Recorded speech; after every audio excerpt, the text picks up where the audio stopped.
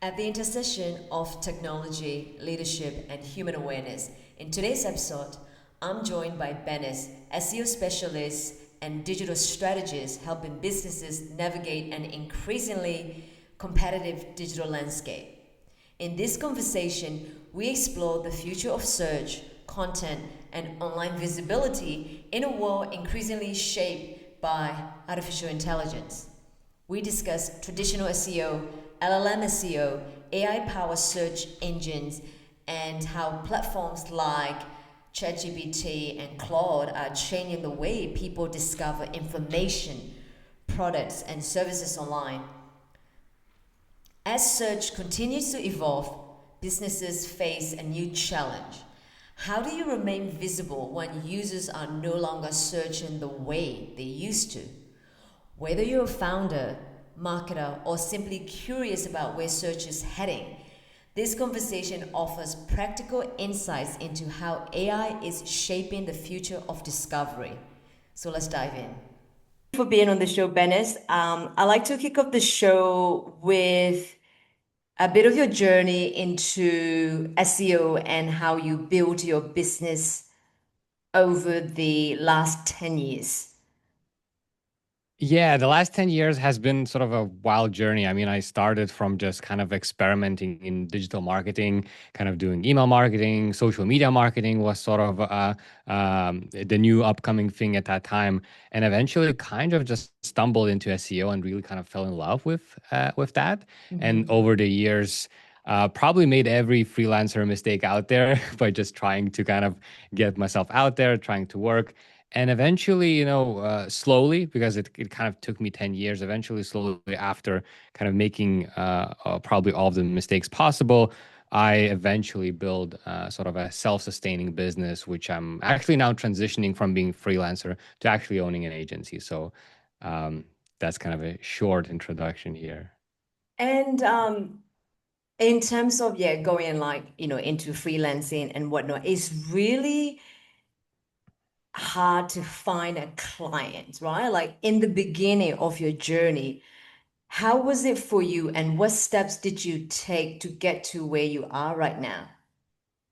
Yeah, finding clients is probably the most asked question I get around people that don't do freelancing. Like, how do you actually, find clients? Because if we're talking about traditional jobs, everything is very sort of self. It's very clear. You send your CV, you kind of apply for Mm-hmm. jobs, you work with an employer. Everybody knows how that works. But when Mm-hmm. you're a freelancer, that's the number one question that people ask. And to be honest, I don't.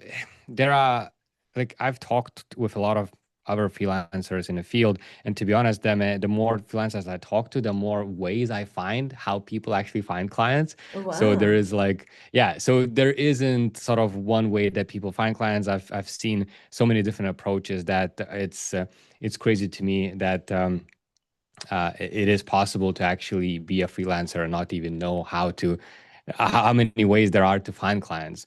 For Mm. me specifically, I stumbled upon into freelancing because of a friend of a friend needed some articles written. So it Mm. was a very basic thing. It was basic kind of a pocket money for me at that time. I Mm. wasn't thinking about freelancing. I was just at university trying to study. So that's how I kind of got into my first couple of clients. Mm. And then afterwards, I tried some cold outreaching, usual email marketing stuff, just sending people, local businesses, emails and asking if they need my work. It was very basic at that time, but I think, like 10 years ago, that worked way better than it does now. Like a lot of Uh-huh. people are now, flooded with emails like that. So I think it was kind of a good timing on my end. And Mm-hmm. then eventually I signed up on a freelancing platform, Upwork. Okay, And this Upwork. is where like my freelancing actually took off as a Mm. full-time thing from Mm. like being part-time thing to a full-time thing. Upwork is where I kind of gained all of the experience. Majority of my clients came through, and over the couple of years that I was on, like actively working on that platform, this is where sort of everything happened for me. Mm. And in those times, did you, like, as you mentioned, you signed up to Upwork and also you did um, direct outreach. Have you ever Did you ever play around with, like these days, just about like, LinkedIn Sales Navigator and doing the outreach? Actually, no. I LinkedIn is the thing that I started using just like few years ago. So it's Mm, very recent for me. At that time, I didn't use link. I mean, I had a profile and stuff like that, but I didn't use that for any kind of cold outreach or getting clients. It was just, it was just a profile for me. Nowadays, it's becoming a very important, a big channel for me, and I'm like mm, exploring ways to utilize it more. But back then, no, I haven't used mm. that when I kind of started getting into freelancing. And when But it, I do, yeah, sorry, yeah, but I just want to say that nowadays, if I would begin, LinkedIn would probably be the channels that I would approach. So if you are mm, starting to freelance, or if you're thinking about it, LinkedIn is for sure the number one channel I would go after. mm. And when it comes to outreach, what made people actually respond? Like, was it the messaging, your positioning, or something else? Uh, Honestly, I'm not really sure. I think I don't have that concrete data or that feedback from them. But if I Mm-hmm. would were to guess, I think first of all, at the time, a lot of my outreach was done at the local level. So here in Mm-hmm. Lithuania, contacting Mm-hmm. local people. So I think, Mm-hmm. for example, they weren't receiving that many emails, that many outreach emails. So by me just emailing them was Mm, already sort of like an outlier yeah. from what they would Mm, expect. So I think that really helped. So if we're talking about today, if we you can find a very specific niche, a very specific local area, something that where people are actually not contacting, you know where freelancers are not contacting those people, then you might actually get a better response because people are not mm, like used to receiving those emails. So your email naturally stands out and actually is being read. So I think that really helped. But on the other, I think what helped as well is that the number of emails I sent, I was very sort of into email marketing, and I thought that it's a numbers game. So I wasn't yes. really concerned about not getting a response or people sort of saying no. I was just like trying another business. I mean, I wasn't doing it perfectly, but I think my sheer determination is what kind of got me, at least some of the clients that way. Yeah, I mean, like, like as you were saying, like, and when it comes to outreach, it's just about itself. So it's just about having a thick skin and not be afraid of the rejection because it's about the number Hmm. games, right? So you will reach out Hmm. to 100 people, and out of them, like, even you'll be lucky if you'll probably get like one lead out of it. But even then, at least there's one yes. But apart from that, you'll be getting like many no's, or sometimes you'll probably have 50 out of it. It's just it depends, right? Yeah, exactly. And I think one of the things that really scare people, especially the ones that haven't really freelanced, is getting that no. Like a lot of Mm, people are really afraid of getting a no answer. And I mm, think the more you're used to it, it doesn't matter if it's a one-on-one call, if it's an email, if it's a proposal. I mean, you have to understand that that's a natural part of the process. But I've seen a mm. lot of people try it, contact maybe three, four people, get three, four no's, and they're like, They no, got this is not for defeated. me. Yeah, Yeah. this is like terrible. I don't want to sort of get into it. And I think, to be honest, I think that's probably the number one reason why people don't continue with doing their Mm, own thing because of that rejection. Rejection, I think, is a very powerful emotion, and a lot of people are not very comfortable with it. mm. And looking back, how did you transition from having to chase clients to having clients come to you? For me, I think there was like um, one of the best things that happened to me was I found a client type, specifically keynote speakers, that I kind of accidentally stumbled because before that I worked with startups, SaaS companies, e-commerce Mm, companies. Like from mm-hmm, SEO perspective, I kind of went full circle and worked in various different niches, and eventually. one of the clients that I met, like in a community, was a keynote speaker. He had a website. He knew that I was doing SEO, and actually he contacted me too because he needed some help on his website.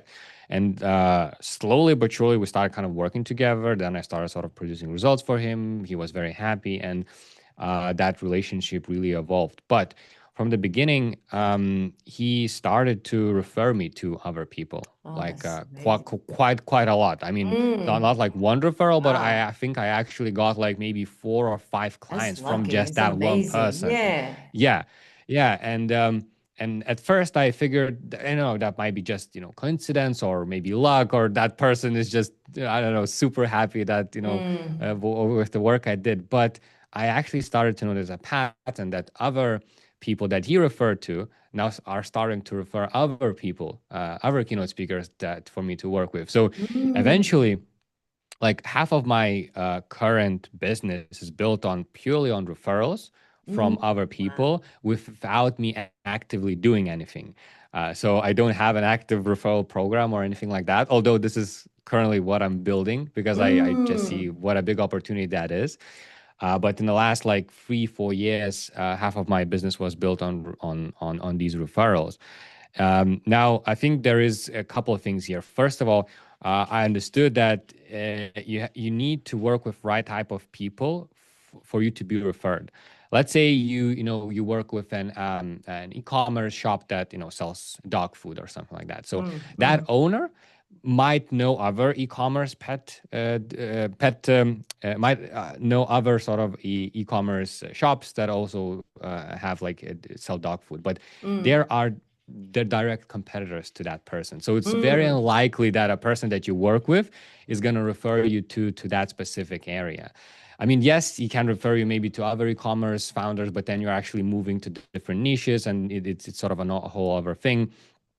So that's kind of one thing.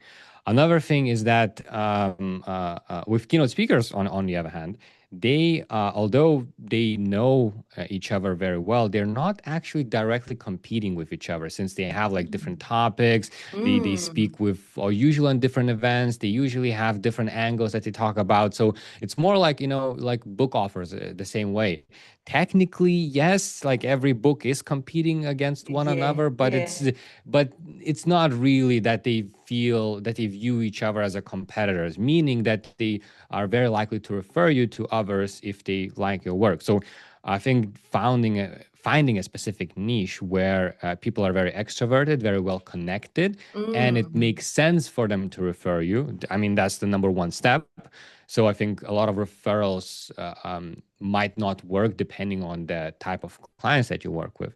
And the mm. other thing is, I at least that's what people, I mean, said to me, because I was also sort of clueless as to why are you kind of referring me to many people. But it seems like people are really enjoying working with me. So not only the Mm, results, but I think the human touch, the communication, just being there with the clients for all of their stuff. It seems to make a big difference here. So I think that human touch is what actually makes people refer you. mm, Results are needed, are necessary, but I don't think they push people to actively, talk about you with others. So I mm-hmm. think that human touch is what, at least that's what other people told me. I still am sort of learning a lot about this and digging more into sort of how I can also actively do referrals. But I think that's what makes people refer me to others. Mm. If someone was starting today with no network, how would you approach getting your first 3 to 5 clients? Today, first of all, I would probably experiment a lot. So Mm, that's what I did back in the day, and I would do the same thing right now. So although there are some channels like LinkedIn, I would highly suggest people to start with.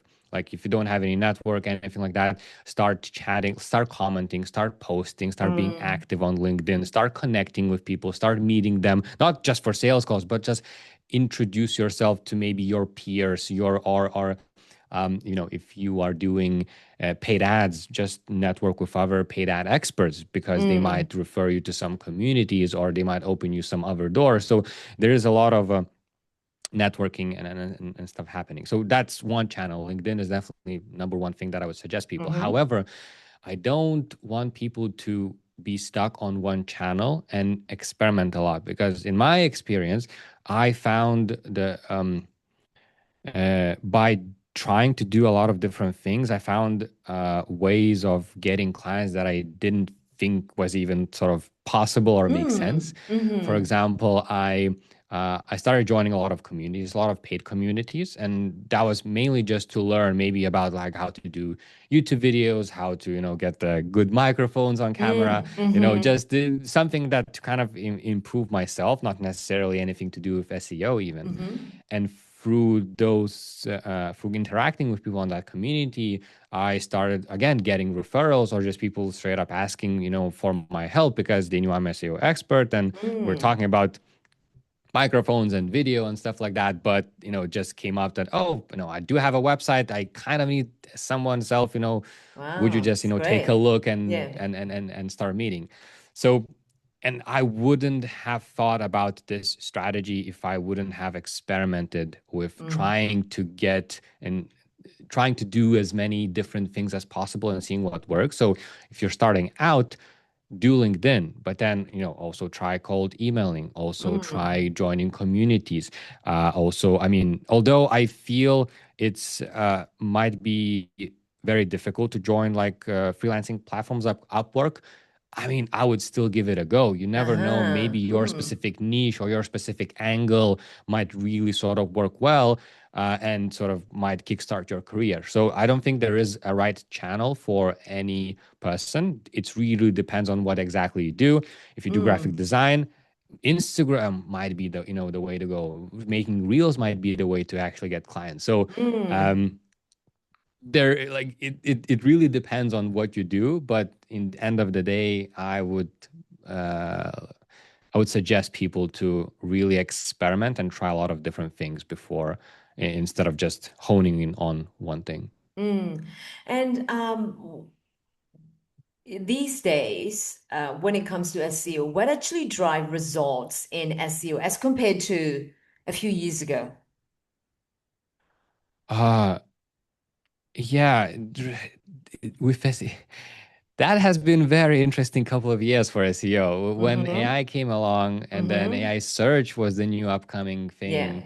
Yeah. Um, a couple of years ago, people and me likewise, we're thinking that SEO, might be the days of SEO might be numbered, and the SEO itself might actually be sort of go away. Mm. Nowadays, now that we've kind of passed in the last 3 4 years, now that the AI sort of has been around, AI search has been around, it's actually it's actually really good to be an SEO expert these days, Mm. since it seems like that AI search is taking what worked for SEO in the last 10 years and kind of applying the same things. Ah. So by doing good SEO, you're actually improving your searches on AI search as well. So there is this sort of a weird relationship where by doing good SEO, you're also doing good AI search, although there are some specifics for each channel. Mm-hmm. But what's working is also really changing. So what worked like 2 years ago really changes very quickly mainly because of AI search. Google Mm. itself is quite stable, like organic Google rankings. In the way that it works, the core foundation hasn't really changed. But Mm-hmm. since AI is now such a big player and such an important, becoming such an important channel, this is what is constantly changing. As soon as the new update comes along with AI, which Mm-hmm. you know sometimes even comes along every couple of months, there might be huge changes in the way sort of AI indexes things and how you can Mm. be found on search. One of the things that seems to be working very well is that if you have if you are listed in a lot of different listicles and you're mentioned in a lot Yes. of different Mm-hmm. articles, so your brand or your name, it doesn't necessarily have to be that usual like backlink stuff that Okay. Yeah. that is important for Google. It's just a mention. uh, the more you are mentioned, the more likely you are to appear in AI search, since AI right now is just Uh-huh. scanning the internet. And like, Mm. if you are mentioned, 5 times more than your competitor, you're more likely to be referenced in the AI search, which is actually exactly how Google used to work, like what, 15 years ago, where it was Mm. very, very basic. If you have one more backlink than your competitor, you're going to rank higher. Nowadays, Mm. Google is way more complicated than that. Still, the same kind of principles apply, but it's not like, the numbers game that it used to be. But with AI search, it seems to be that it's still very new, and it's taking a lot of the things, a lot of the foundation that Google has laid with its SEO rules. It's now Mm. just kind of copying and pasting that. Mm. And do you think we're moving from search engines to answer engines? So like, and in that terms also, what does it mean for the businesses trying to stay visible? Yeah, it's still like like a couple of years ago, I would have answered this question that yes, we are moving completely to, LM answers and all of that sort of stuff.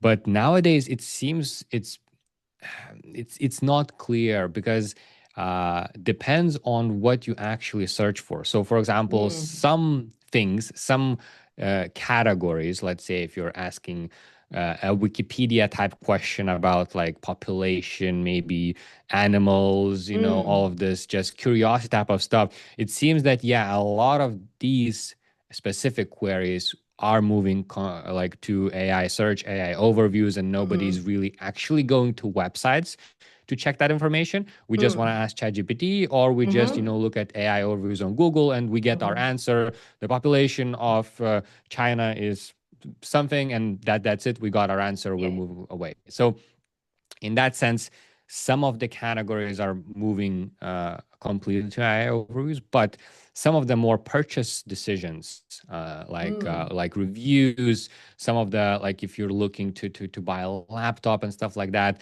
this is not clear. Still, people are still sort of want more information about that. People are still sort of searching the internet, and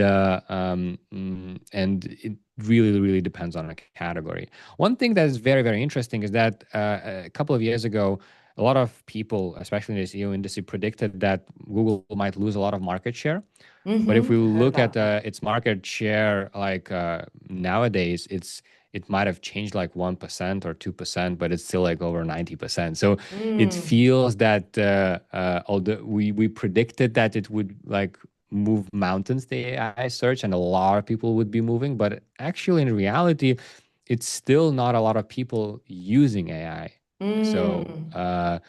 um, in that sense, it's very difficult to predict where we're gonna go. It feels that Google is here to stay at least for a couple of more years. Mm-hmm. But in the future, yeah, we might move to a tier where Google is not no longer dominate. So depending on what you Mm-hmm. search, you might use different things. You might use ChatGPT for one thing. You might use Perplexity to Capacity, search yeah. for something Mm-hmm. else. You might use for Claude for work, and you might use for Google to find something to buy. So I think Mm-hmm.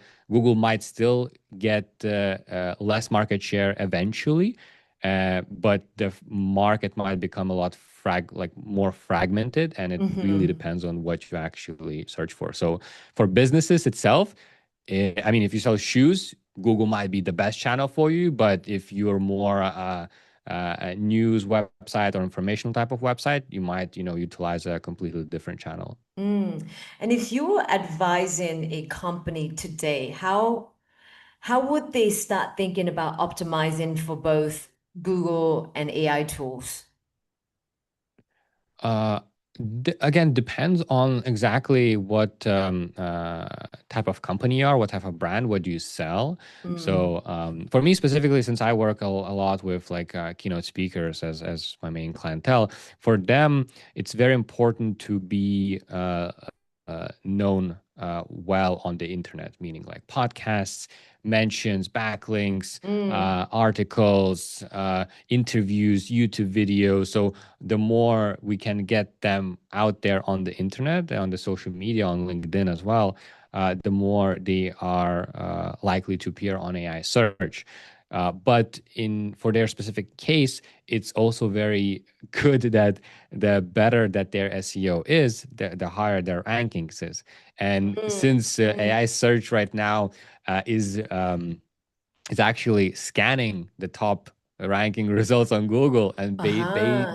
and sort of crawling those sites particularly. So the higher you are on Google, then AI, for example, ChatGPT scans those top 10 results and then finds you, and then it actually references you on AI search. So it's kind of the better that you do on SEO, the better you actually rank on AI search, which is kind of a win-win situation, at least for now. It might change in the Mm. future, but for now, this is the best way to go.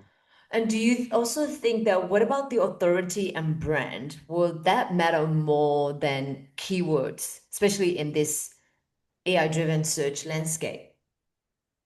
Yes, especially for with the because we are slowly, but we are moving into this this market where impressions might matter more than clicks. Mm-hmm. So before Mm-hmm. it used to be like, you I want to rank first on Google because I'm gonna get more clicks. Yeah. I'm gonna get more business that way. It was very simple. Mm. Nowadays, because of AI overviews, because people are searching on AI search, because we also have a much more developed social media than we used to, like, 10, 15 years ago. And Mm. it feels that personal brands, and especially brands for other companies, are becoming like being known as a good brand is much more important, because people might search for you. They might see you Mm. on ChatGPT. Then they might Mm-hmm. search for you in a month's time on AI search, sorry, on Google, and it will appear on AI overviews. They might see you on Instagram, and the final purchase decision might be made by going directly to that site. So it's you were still influenced by all of the pieces that you saw, Mm-hmm. um, but you might not actually click through during that specific time. So building a very sort of a well-known brand, I think it's going to become even more important than it used to be. Mm. And what kind of content do you think will perform best in the new environment? Mm, that's difficult to say, Mm. because uh, we're we're now in this very weird place where we kind of still have blogs, people, but people are a lot of people are utilizing AI to write blogs. I mean, not necessarily copy Yeah, pasting, but yeah, like yeah, at yeah, I least got it. Yeah. using a lot of AI to basically help with drafting, with correcting stuff.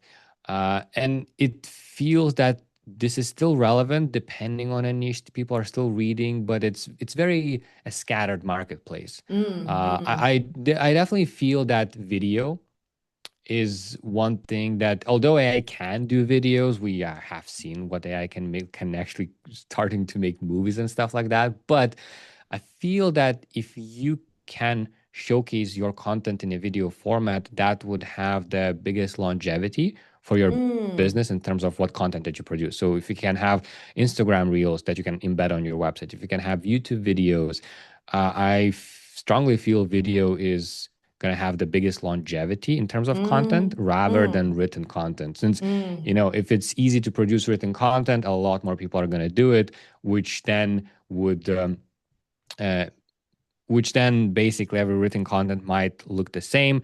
So what then is important? It's probably important who is the author. You want to trust the person that wrote that article, which means, again, your brand, your business authority. brand, your personal brand authority. Mm, Can I see that person in terms of the video? Does it have a social channel? So it's mm, becoming more important, not the actual content, but who the person behind that content. mm. And if someone is running a service-based business, how should they think about visibility in a AI world? With services, it, it's kind of the same thing. I would strongly suggest people, even if you have a service-based business, start with trying to build your personal brand. It seems a lot of people are connecting with people nowadays. So although yes, you own a specific, even like HVAC or air conditioning company, if you are the person that people see on Instagram, if you are the person that is on LinkedIn or on any other relevant channels for your niche, people will connect with you more and then associate you with that company and then actually buy from your company. So in service-based businesses, I feel personal brand is going to become more and more important because Mm. all of the other ways are going to become more competitive. So it's going to be very, very difficult to Yeah. differentiate yourself. Everybody now can create a lot of things, but you need to think about, okay, what is very difficult to recreate or to copy or to do. Video is very difficult to do. Not a lot of Mm-hmm. businesses do video. Personal Mm. brand is even more difficult to do. Not a lot of people want to be on camera or want to show Mm-hmm. their face or want to associate themselves with their brand. So if this is difficult, that means it's very valuable in this sense. And Mm. looking long term, the way sort of AI is moving, the way Google is moving, it feels that building a personal brand is going to become one of the best differentiating factors for your business. Mm. I mean, I like that because the other day I was listening to the podcast, The Diary of a CEO, and in there, Hmm. then he's actually interviewed one of the thought leaders in AI, and he spoke about in order to be able to survive in, you know, 2027, 2020, 2030, what's Hmm. going to differentiate would be the personal brand. Every person should be having a personal brand. And because that's something that AI or any bot cannot replicate, because that's your differentiator, that's your authenticity, and that's your voice. Yeah, exactly. And also, you don't need to have like you don't need to become an influencer to have a Yeah, personal brand. I yeah. think a lot of people Mm. also mistake that for, oh, now I need like millions of views on my videos and stuff. No, if you only need like a couple of thousand of followers, you only need a couple of thousand of views.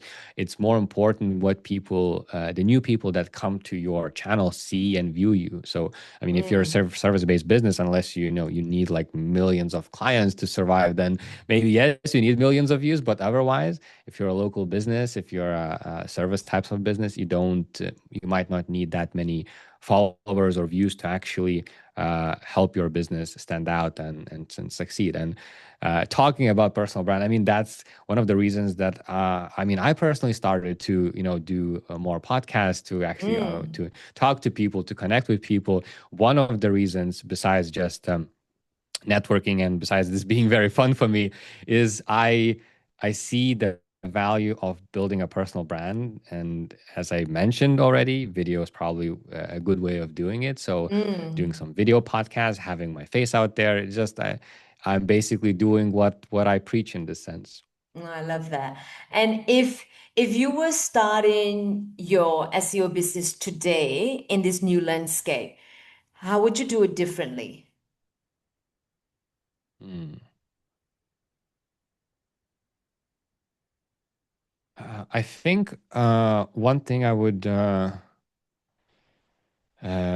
utilize a lot. I mean, back in my day, AI wasn't even a thing. So again, for sure, like learning a lot about how AI search works, putting that as one of the main services that I offer would be, definitely the way to go to actually expand and become a very good SEO expert. You need to know about AI. One thing that I haven't done in the beginning, which I think I regret and I would advise people to actually do, is if you want to go into SEO, join a lot of SEO communities and a lot of SEO Yeah. conferences. So, I mean, I only started going to SEO conferences and meeting other SEO people maybe like 3 years ago, which is very Mm. late in sort of my career. I was always, more introverted, more online kind of person, more into, just learning from YouTube videos or learning from blog posts. But I found so much value in actually going to live events in this case. Wow. So like there are so many good people that you can learn from, like Mm, masterminds that are happening. So uh if I would start SEO from scratch this day, I would start by just going and meeting a lot of people and learning a lot from them and from those sort of SEO conferences. That's probably one of the biggest different things that I would do today, as compared to what I did, like, when I started. mm. And building a business, right, like independently, it requires a lot of self-direction. What have you learned about yourself throughout this journey? I I learned that I can be very resilient. I love Like that. Yeah, because you need I've that. yeah, and I didn't. I think now looking backwards at the things that I did and how long I did them, I'm realizing this now. That I mean, I do have some evidence that I've been doing the same thing. I mean, doing the same thing for a long time doesn't necessarily mean you're good at the thing, but at least for me, it shows that uh, when I try to do things, I really stick to them. So, whatever that be, gym, fitness, even, Mm, my YouTube channel, or, this SEO thing, I can really be very resilient and actually stick to something for long term, mm, in order to make sure that it succeeds, especially if this is important to me. So I learned that uh, my I need to select things carefully, because if when I do select them, I can be in that thing for a very long time. So for me, mm. I learned that selection process needs to be very thorough, since I'm the kind of person that doesn't want to let go when he starts Uh-huh. something. Yeah, So yeah. for me, selecting what I do is becoming even more important thing. Mm. And so basically it's about resilience, consistency, and persistent and determination. Yeah, yeah, yeah, exactly. These are the things that I kind of learned about myself, and you kind of have to be. I don't know where I got this self-direction from. I think maybe it was from my father. He was, Mm, a businessman, so he was always mm, like encouraged me to read like a lot of business books and stuff like that. And from the early days, I knew that I want to have some kind of a business on my own. I was kind mhm, of very prone to entrepreneurship from an early age, and I think that is what really helped me. Self-direct myself, and from there I think I was just very determined and then consistent with what I want, and kind of went through life with mm, these mm. skills. And how did you, as we were mentioning earlier about the rejection, and for listeners out there who have a fear of rejection, do you have any tips on how to overcome that? For me personally, I I overcame that by like receiving a lot of rejections. So definitely one way is to get a lot of reps in. So if you can Mm, kind of, book 50 different sales calls and get 50 different no's, and then you're like, okay, let me do one more. Then I think, mm, this is where you build that resilience, and that and you don't really fear and no. Another part is that uh, for me, it was also I understood that if we talk about, like, let's say, trying to get clients and trying mm, to sort of be on a sales calls or trying to write sales emails, I now view that not as a sales call or a sales email. I view that I solve some specific problem, and I need mm, to make sure that this is the right person that I can solve that problem for. So it becomes more like, hey, can I help you? And when you mm, view it that way, it it becomes it becomes more easier to communicate with that person. It becomes mm, more easier to make a sale, because you are trying to help the person. I offer yeah, something. First of all, mm, I want to make sure you are a good fit. If you're not a good mm, fit, then let's not work together. Why yeah, would, well, I don't, we don't need to do that. And then if we are a good fit, then how can I help you? And then the exchange that is happening is the Mm, money involved, the mm, fee mm, involved in that. But when you frame it like that, I think it becomes a lot easier to receive a no, because that's okay. We were not a good fit. I was not mm, able to help that person. Let me go mm. and talk to another person. So it's about approaching businesses in a ways that you're adding values to them, just rather than just trying to do a sales pitch or kind of turn that into a transactional kind of relationship. Yeah.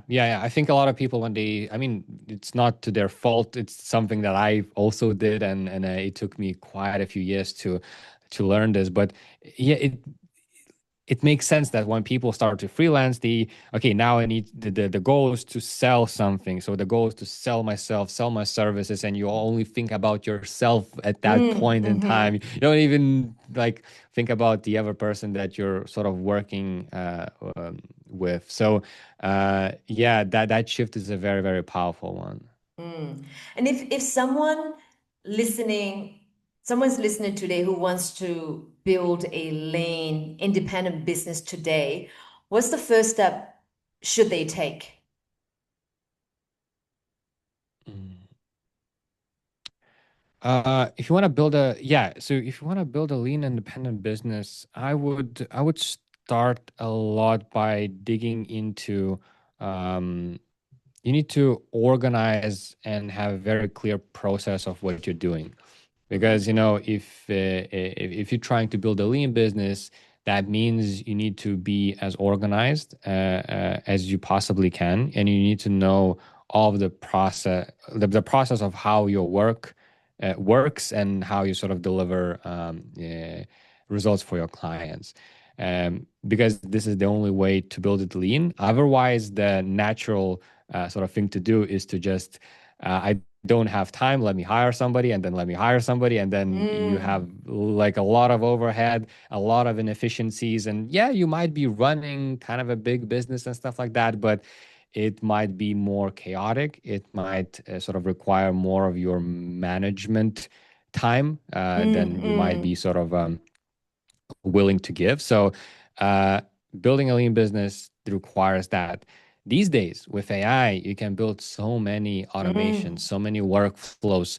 If you just spend some time figuring out your process, how to organize, how to respond, build templates, all of that stuff, nowadays it's even easier to run like a one person business than it was when I was doing it. Like mm, 5 years ago, I was running everything on my own, but I didn't have any AI to help me. It was just me, my emails, my CRMs, my notes, and stuff like that. If so, I think nowadays people can do a lot more by themselves than it was previously possible. So that's a very good thing. But the key here is knowing what you actually what's your actual process for delivering results to your clients. mm. And where can people find you and learn about your work? I do have a YouTube channel where I document my freelancing journey. Now I'm Mhm. transitioning from a freelancer to a marketing agency owner. So there's a lot of information there. And of course, there is my personal website where I link all of the stuff that I do and social medias and all of that good stuff. I'll add all those in the podcast description. So if anyone's listening and want to learn more about it, and they can read more about your work and how you can add values to them as well. And before we wrap up the show, I'd like to end it with one question, which is what's one truth about you that you stand by? Mm. I I stand by that.